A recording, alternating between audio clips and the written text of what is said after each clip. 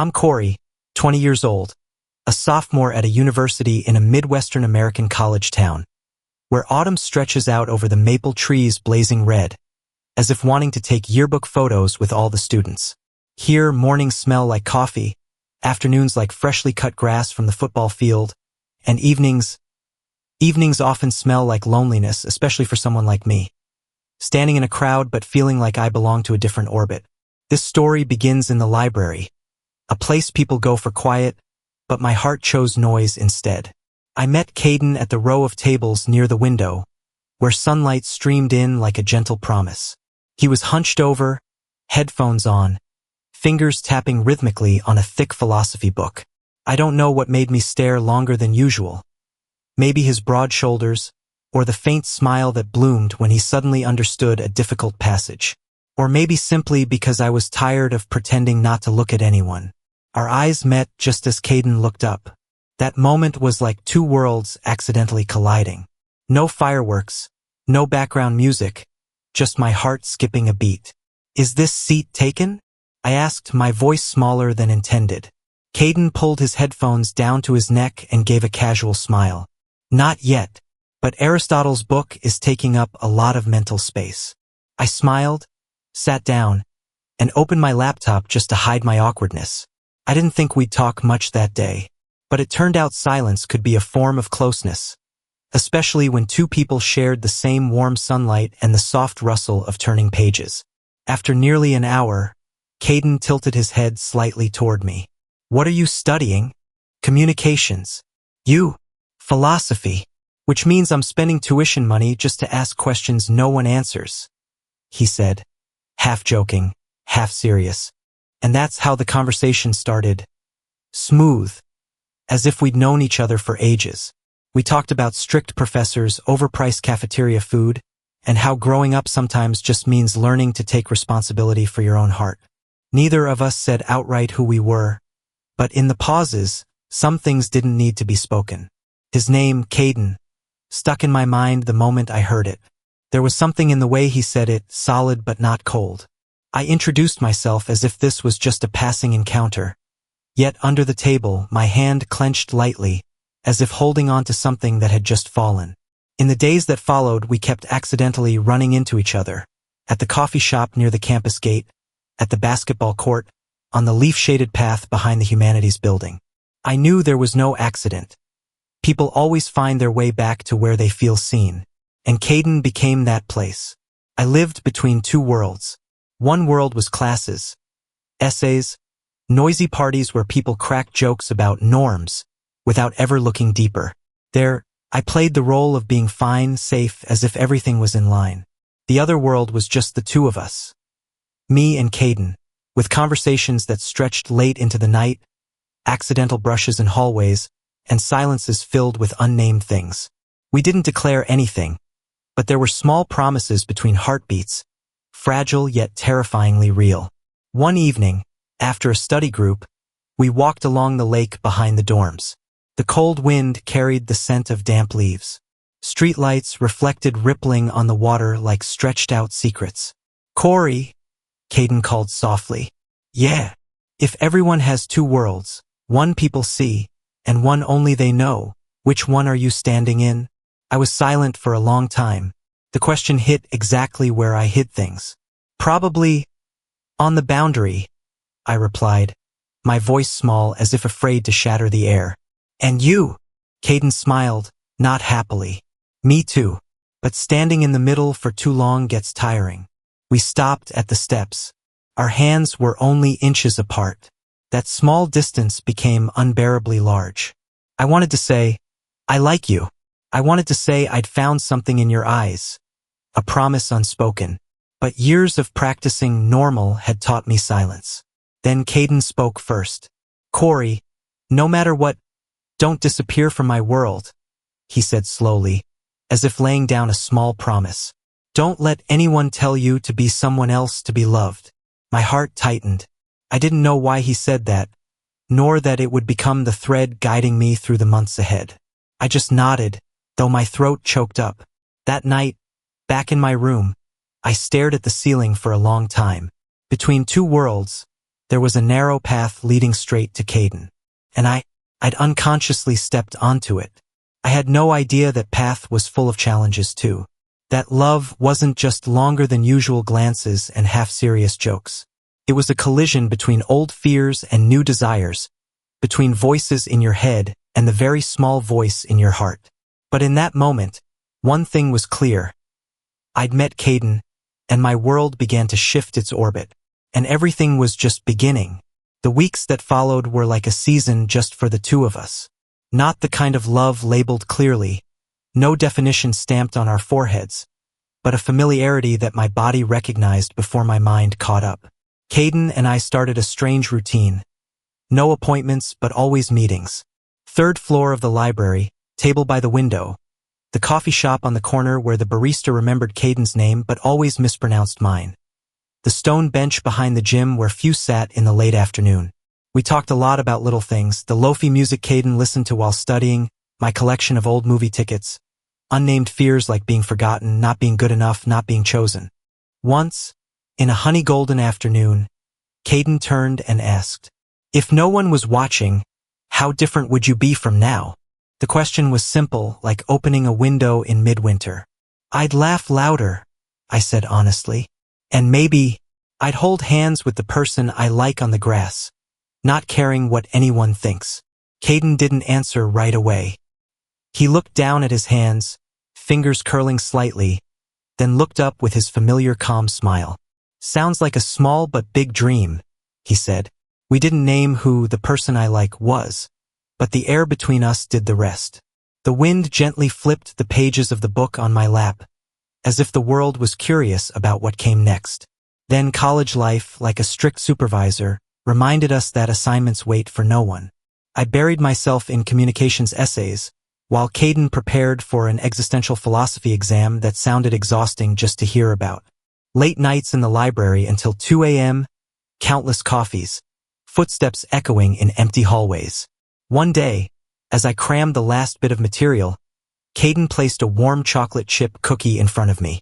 "Boost your blood sugar for the brain," he said. "Not scientific, but it works."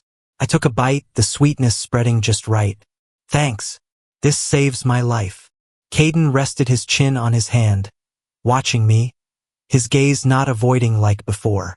"Corey, you look very real when you're focused."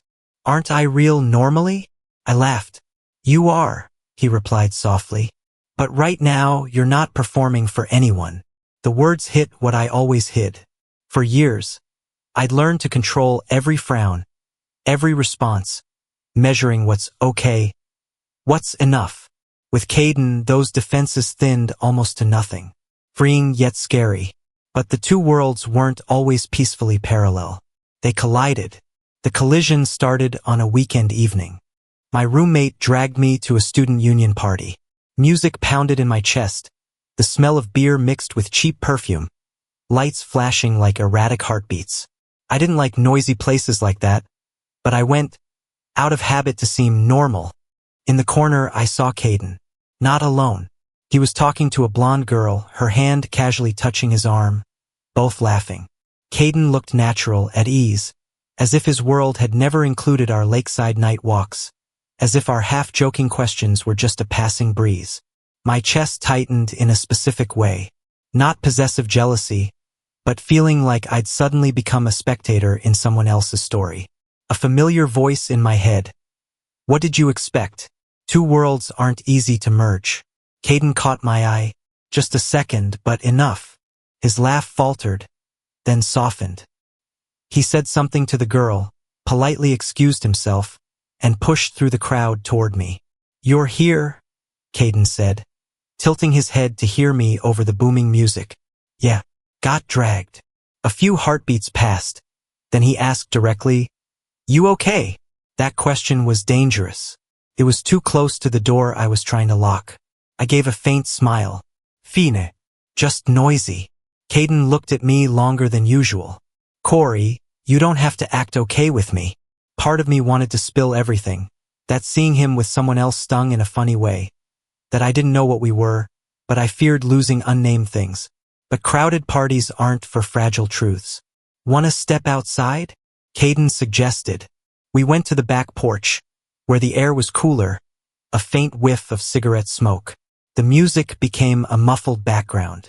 About earlier, I don't know if you looked like that because you're tired or because of me, Caden said slowly. No beating around the bush. If it's me, I want to hear it. It's strange how when someone gives you the choice to be honest without promising anything in return, that choice becomes more valuable. I took a deep breath. I hate not knowing what we are, I said, each word trembling slightly. But I'm also scared to name it, because if I name it wrong, everything disappears. The night wind blew cold and sobering. Caden placed his hand on the railing, fingers tapping thoughtfully. Corey, I'm scared too, he admitted. I grew up in a place that only accepts one script. I'm used to having two versions of myself. But one thing I'm sure of, when I'm with you, I don't feel like I'm acting. My chest lightened, then tightened differently. He didn't say, I like you. But sometimes truth lies in the spaces between words. So, let's promise one small thing, Caden said, looking straight at me. No disappearing. No running from each other just because we're scared to name it. No matter what, we'll be honest. Okay? A small promise. I nodded. Okay. And in that moment, between the fading music and the lights spilling from windows, I realized my two worlds had shifted a little closer. We didn't kiss. We didn't need to. Some touches come not from skin but from budding trust. But I knew, from that instant, what was between us was no longer just coincidence. That night, lying in my dorm bed, my phone screen lit up. Message from Caden. Good night, Corey. Don't stand on the boundary too long. It's windy there. I smiled, my heart warming in a way that dimmed the dark room. I replied, good night. I'll try to be where someone's waiting for me. I didn't specify who, but we both knew. And so, the first small promise was planted. I didn't know where it would lead us, happiness, hurt, or both at once. But for the first time, I didn't want to turn back. There are ordinary mornings that memory later replays in slow motion. For me, it was a cloudy Monday when Caden lightly tapped my shoulder before a philosophy of existence class I hadn't even signed up for, just happened to pass by to peek through the window. We promised no disappearing, he said, corner of his mouth curling up. I burst out laughing. I was just passing by. Yeah, passing by 3 times in 10 minutes, Caden said, pretending to be serious. Wanna come in? Sit in the back. My prof's talking about authenticity of self. Sounds fitting for you. I followed him in. Sitting in the back row, I listened to the professor's steady voice. Living authentically isn't shouting slogans, but daring to take responsibility for daily small choices, even when they're not applauded.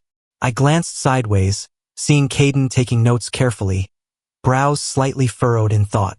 In that moment, I realized I didn't just like our lakeside nights or late texts.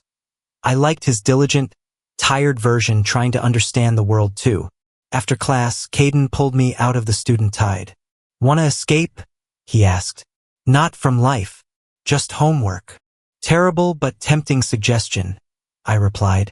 We bought 2 hot cocos and sat on the empty stadium steps, where the wind carried the metallic scent from the bleachers and wet grass after rain. Caden pulled a small, worn notebook from his bag. Diary, I teased. Miscellaneous notes, he said, flipping it open. Ideas, quotes, things I don't know who to tell. The pages were blotched with handwriting. One line caught my eye. Some people appear like shortcuts leading you back to yourself. Caden followed my gaze and gently closed the notebook, a bit embarrassed. Don't read it like it's national secrets. I just think, the person who wrote that seems to be changing, I said. Caden didn't deny it. Yeah, but change scares me. I understood. Not fear of others, but of yourself when you can't hide behind familiar roles anymore. We sat quietly for a while, the cocos steaming between us like small signals of warmth. That rare peace didn't last long. Reality has a way of tapping your shoulder just when you think you're okay. One afternoon, I got a call from Mom. Her questions about school were normal, but I heard the unspoken in the pauses. At the end, she sighed, Corey, Don't forget, some things should stay private to make life less complicated. I knew what she meant without her saying it. My chest constricted. After the call, I sat on the dorm steps for a long time. The feeling of standing between two worlds surged back, stronger, like bumping an old wound. Caden texted, "Lake behind dorms. 20 minutes. I went. The sky was shifting to blue-gray, wind rippling the water. Caden could tell something was up at a glance. Mom called. "Yeah," I replied. "Nothing big. Just, I'm tired of balancing everything so no one gets disappointed." Caden was silent, then sat beside me. "You're not a map to meet everyone's directions." I smiled faintly. Easier said than done. "True," Caden admitted. "I'm learning too. My family." He paused, eyes gazing at the trees. "My dad believes life has only one right path. You know, sometimes I think he won't see me if I veer off." His voice didn't tremble, but there was a thin crack. I suddenly understood why Caden was always steady but often paused mid-story, like testing the ground. "Corey," he continued, "I can't promise it'll be easy, but I want to be here. Not like two people accidentally walking side by side, but intentionally." Those words fell slowly, not flashy, not dramatic, but real enough to choke my throat. "Me too," I replied, no avoiding this time. "I like you, Caden." No fireworks, just the sound of water lapping the shore and cold wind up my sleeves. Caden looked at me, eyes relieved yet afraid, like opening a door to light after a long familiar dark room. "I like you," he said. The space between us shrank. Caden slowly reached out, as if afraid to break something fragile. I placed my hand in his, just like that. No hiding, no explaining. Warm hand, slightly trembling. The world didn't change volume, just focus. We sat like that for a long time. No more words needed. The next day, small challenges began. In the cafeteria, a friend teased with harmless jokes that still stung. "Corey, disappearing lately because of a girlfriend?" I laughed it off, answered vaguely. Caden at another table caught my eye, then quietly looked down at his tray. We'd promised not to disappear from each other, but that didn't mean the world around us would soften. That evening, we returned to the familiar bench behind the gym. Caden set down a water bottle, asking softly, "Today, were you avoiding everyone's eyes, or your own?" The question hit the sore spot. I exhaled. "Maybe both." Caden didn't blame, didn't preach. He just said, "It's okay. Try again tomorrow. No one forces you to be brave immediately. Just don't turn and run from what makes you alive." A gentle reminder, but the durable kind. In the days after, we slowly learned to live in the intersection of two worlds. No fanfare, no grand declarations. We learned to exchange glances long enough to understand, texts short enough not to draw attention but full of meaning. Each small step like laying another stone on the narrow path we built together. One afternoon, as sunset painted the dorms pink, Caden whispered, "Let's keep the small promise a little longer. Okay?" I nodded. "Yeah, a little longer." I didn't know that a little longer would soon be tested in an unexpected way. But in that moment, all I knew, for the first time, I wasn't just living between two worlds. I was trying to connect them, with a small promise named Caden. Things started slipping off track, not with a big event, but from small shifts almost inaudible. Caden got busier. Group classes, big projects, club meetings he rarely mentioned before. Our texts didn't stop, just spaced out, like the gap between heartbeats lengthening. I told myself it was normal life rhythm. Everyone has their own stuff, but a small part of me still stung namelessly. One evening, I waited for Caden at our usual table on the third floor of the library. The clock ticked by. I reread a book passage without comprehending. When I was about to give up, my phone buzzed. "Sorry, stuck in group meeting. Don't wait too long." Nothing wrong with the message, but the feeling of being left behind was real and absurdly clear. I packed up, stepped outside. It was drizzling lightly. As rain soaked my collar, I realized I wasn't mad at Caden. I was mad at myself for letting someone become so central. The next day, Caden found me in the yard behind liberal arts. Did I disappoint you yesterday? No, i reflexa. I just made it hard on myself. Caden looked at me intently. I don't want to be the part that makes you doubt your worth. His voice was so real I faltered. We sat on the steps. Dry leaves swirled in the wind, spinning before falling, like my own feeling, pulled between directions without choosing. There's something I haven't told you, Caden said with rare hesitation. I'm considering an internship in Seattle this summer. 3 months. I felt my heart slow a beat. Seattle, halfway across the country from our school. A summer long enough to turn familiarity into memory. Long enough for small promises to grow fragile. It's a good opportunity, I said, trying to keep my voice steady. You should go. You sound like my academic advisor. Caden laughed, but his eyes weren't happy. I want to know what you think. Not the right answer. I was honest. I'm scared. Not of distance. Of unnamed things fading faster than named ones. A gentle silence fell between us. Corey, Caden said softly, I don't want my world splitting into two again. Not after finding you on the edge. I swallowed words not yet formed. So tell me, what are we? For the first time, we stood before the door we'd circled for so long. Caden took a deep breath. We're 2 kids learning to love without hurting ourselves. And he paused, choosing words. I'm loving you more than you think. The words weren't a dazzling confession. They were truth spoken slowly, carrying responsibility for what followed. I felt my fear dissolve like salt in water. I love you too, I said, no hesitation this time. Saying it, the world didn't explode. No one turned to stare. No sky fell. Just a long breath of relief passing through us both. Caden smiled, the kind he couldn't hide. We leaned in, foreheads touching. A simple moment needing no name. Out there, life was still noisy. But here, 2 worlds touched without breaking. The following weeks passed with a sense of anchor. We still studied, did assignments, complained about the campus eatery's overcooked pasta. But now, amid daily chores were small things only we knew.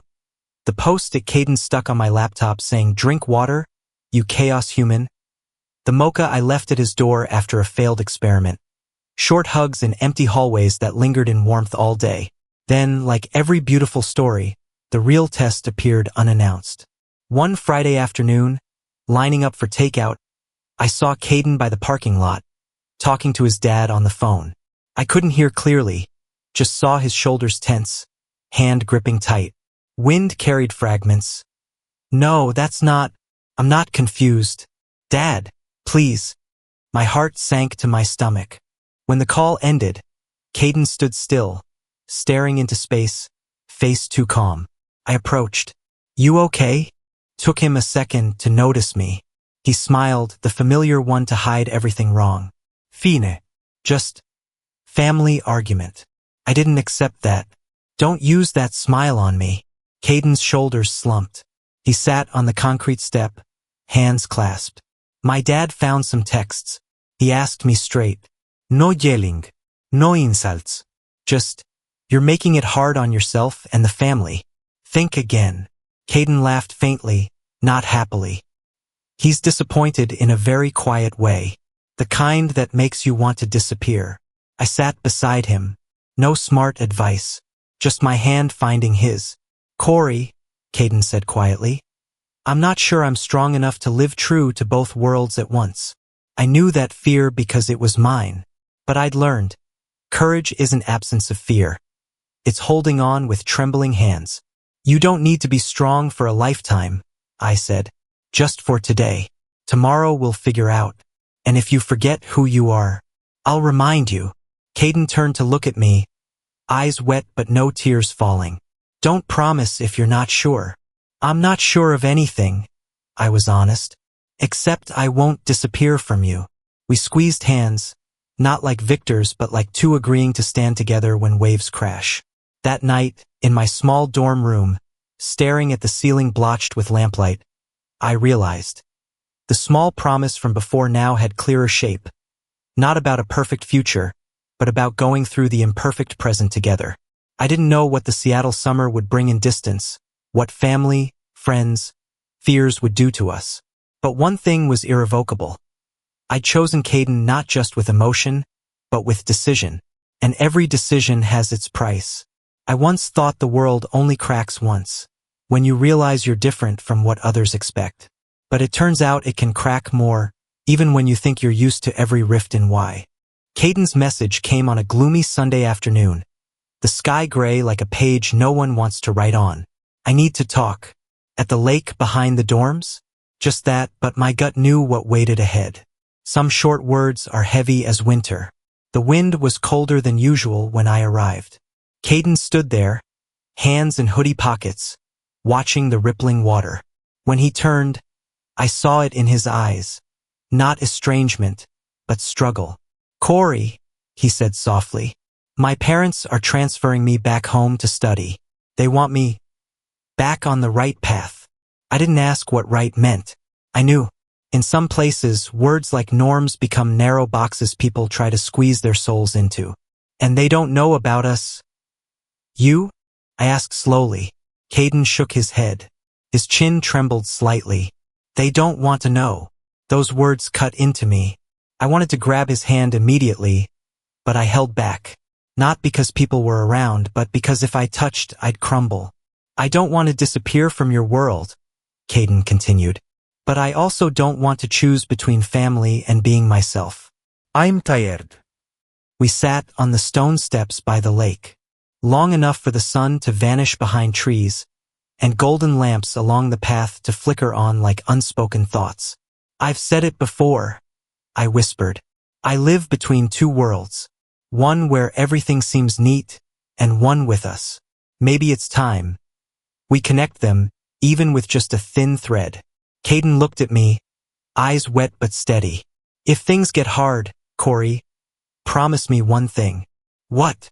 "Don't choose to disappear." I laughed softly, though my throat tightened.